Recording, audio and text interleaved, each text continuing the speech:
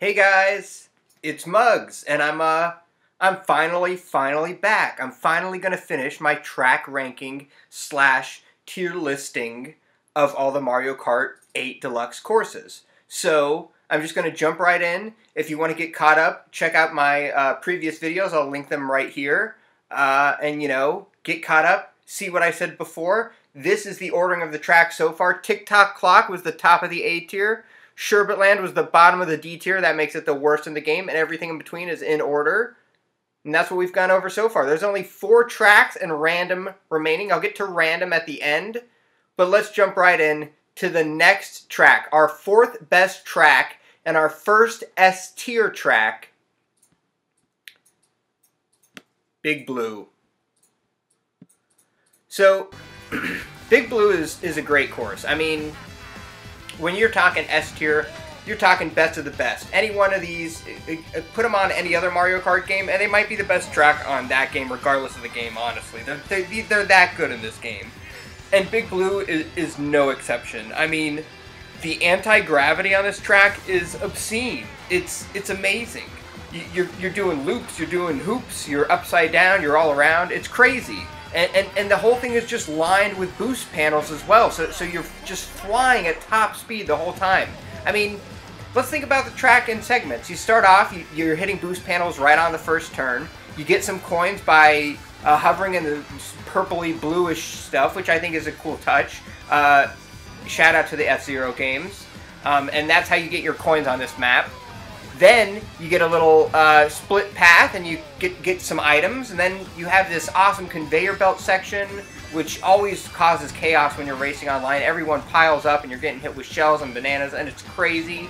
And then you've got to jump, and the next section, you can take a huge shortcut, especially in 200cc, where you just jump over, like, most of the section 2 of the track. I mean, it saves a ton of time.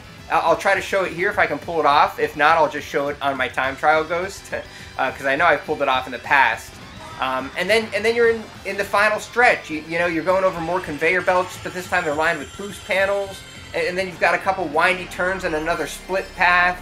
And you can do another shortcut at the end where you drift off and land in a super mini turbo. It's great. And then the ending section is great for sniping. The whole track is a rush. It's splendid. It's magnificent. It's a great track, and the music is a banger. It's a great track as well. It's a great track within a track. So Big Blue, that's where it is. What have we got next? Mount Wario. And Mount Wario is another track that, like Big Blue, and I didn't mention this, it's all one shot. It's not laps. I mean, it's broken into segments that they call laps, but it's really just one straight shot. And this one's awesome. I mean, Mount Wario, first off, I love anything Wario themed. You know me, it's the Muggz way. Gotta have it a Wario. But yeah, it's fantastic. Mount Wario is just, it's a mystical, magical snowland. You start off in a helicopter, which is a great touch. You go down, a couple slippery turns with some icy roads, and then you have a little shortcut you can take. And then I love the section that leads up to the dam where you're underwater, or not underwater. You're in a cave on top of water that's rushing below you. Or you can take a glider section and bail out. It's a little bit slower, I think, on 150, but I think on 200 it's the optimal route. I just happen to play 150, so most of the time I'm going in the water, trying to dodge the rocks. It's a ton of fun. And then you're on the side of a dam with the water and the boost panels flowing by you. And then there's the dreaded tree section. Love it or hate it, it's there. I happen to love it. It's an obstacle to me. I'm still learning how to optimally run it and hug that wall as tight as possible. I know there's some tutorials I could watch that would probably help, but I'm figuring it out on my own. It's one of the last things I really feel like I need to discover about the track, so I'm kind of letting it happen. I'm going to let it happen organically, I guess. But it's a ton of fun. It gets me sometimes. If I'm inked during the tree section, just kill me. And then you come out, and you sort of have the ski slope section where you're weaving and bobbing, and you've got some mounds to go over. And then you get some items and a great sniping section with some boosts. And then the whole ending section is really just a great sniping section where lots of chaos ensues. To be honest, I would say the last third of the lap is not as good as the first two-thirds. It's still a ton of fun, but really this lap, or this track, makes its money in the first two-thirds, in my opinion. But the whole thing is still great. I love it every time. Mount Wario, your third best track, cracking the top 3. All right, here we go. Number 2. No suspense here. It's Mute City. That means you're going to know what number 1 is, unless, well, I don't know, maybe you didn't notice. But here we go, Mute City. Mute City is very similar, in my opinion, to Big Blue. It's another F-Zero themed track, lined with boost panels the whole way, but this one is traditional. It loops around. It's a 3-lap race. And I actually think it works really well here, because this is there's 2 parts of this track, I think, that really get me going every time I play it. So you start off, and you want to pick up some coins and hit as many boost panels as you can. So right off the bat, you better get locked and loaded, because you're going to be at top speed really quickly. Then you're flying down the track, and then you have this nice section where you get your item and you can sort of pick people off, but it's really difficult because you've got the center wheels that boost you, and it's a lot of tight turns. And then you get another item set, a chance to coin up again, and more boost panels, of course. And then you get this tight, almost hairpin turn that you can actually cut through with a mushroom, but it involves some brake drifting, and it is no easy task.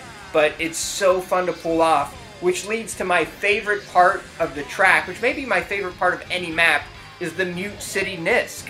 I love this Nisk at the end. It's so technical to pull off. I'm not going to get too into the details here. I'll show it though.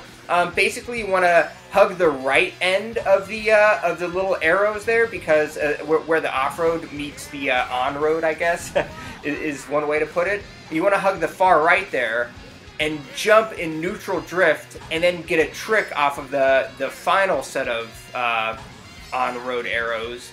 And that's basically what you want to do. It's you know, the details of the input, I guess, is a lot more technical than that. But there's tutorials. I suggest you go check them out. It's a ton of fun to pull off, and it can win you so many races, or, in my experience, lose you so many races.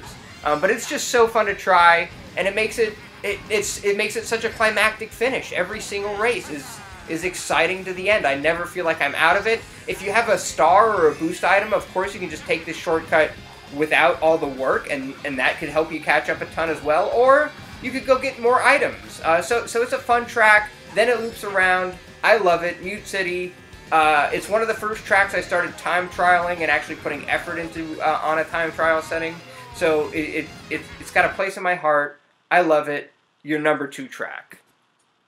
Music's also great. Number 2. All right. And we know what number 1 was. It's Ribbon Road. That's right. The number 1 track in the game. A track I used to not even like at all, is Ribbon Road. That's my favorite track. And you know what? The model and I had an argument about it. I debated, you know, is something wrong with my model? Is something wrong with me? But no. After playing this track, especially recently on 200cc as well, it deserves this spot. Yes, it's a traditional 3-lap race, and a lot of people, I think, would maybe suggest that the straight shot courses are a little better, maybe because of the variation from section to section. I can definitely appreciate that. But this one, I want to loop around because it's just so fun. First off, you get a nice tight turn where you can pick up an item, and you want to ideally get a super mini turbo and then a super mini turbo, not just build up an ultra the whole way around, just so you know. Now, it might depend on the weight and build of your character, maybe just a mini into a super mini, but it's a fun turn to approach because you want to go through as quickly as possible, and it depends on the context of the race. You know, are you getting pushed around? I get pushed around all the time as Yoshi, so you know, when I'm Wario, I'm a little bit sturdier. It's just a fun first turn, and then you hit a jump, which is exciting, and you've got the toys on the road with some tricky driving. But if you have boost items, you can really shave off a lot of time in the off-road. So, you know, this sort of first, I guess you could call it first third of the map is fantastic.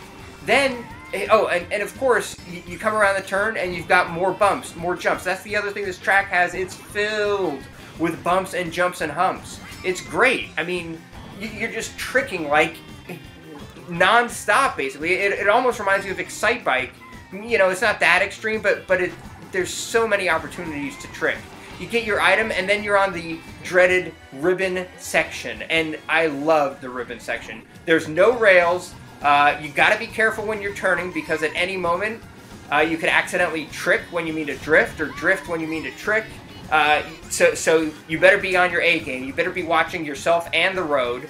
And it's got the two, not one, but two awesome shortcuts you can take. I mean, I don't think I even discovered them until maybe 100 hours into the game. They're well hidden, and they're so fun to pull off, especially the last one. And then you have, you know, a glider section, which is great for sniping, and if you get a boost item at the final item set, you can cut between the arches and shave off even more time, and just turn the whole lap into a shortcut trick boost fest. It's amazing. The setting is incredible. I love the theme that you're in like a child's room, and you know, you're shrunken down and you're racing, you know, his actual race cars, and you see all the other cool Nintendo themed stuff and just cool toys in general in the background, and it's amazing. And the music is great. The whole thing just comes together as one beautiful, perfect Mario Kart 8 Deluxe track. It is my favorite, at least right now. I mean, to be honest, I would already be making tweaks to this list if I were to redo the calculations today. I mean, it wouldn't be anything major, but you would certainly see a few tracks shuffled around. Now, with the top track, top 2, top 3 change? Probably not, but Ribbon Road, that's one of the most solid number ones right now that I have. I mean, it is my favorite track. I loved it on Super Circuit, but I love it even more here. And way to go, Ribbon Road. You earned that top spot. So, that's it. No, it's not, because they put random down here. And here's how I computed random, really quickly. If you refer to my first video, I talked a little bit about the math. Well, my model and I basically ended up giving each track an average score on a scale of 1 to 10, or technically 0 to 10. And what I did is I just took that final average score for all of the tracks, divided it by, well, I took that score for all of the tracks, added them up, and divided by 48, the total number of tracks in the game, to give me an average score that represents the most average Mario Kart track for this game. And what was that score? Well, that score ended up being about a 6, a 5.912, which put it in the B tier just below Animal Crossing, and just above this game's iteration of Rainbow Road. So, just a little fun thing to add on there. There's random. The average Mario Kart 8 Deluxe track is a B tier track, right about as good as Animal Crossing, in my eyes. So, that's pretty good. That's pretty darn good. This is a really good game, and that's why I play it so much. I definitely don't have a problem. Alright. That's it for my track ranking. That's it for my tier listing. I have nothing else to say.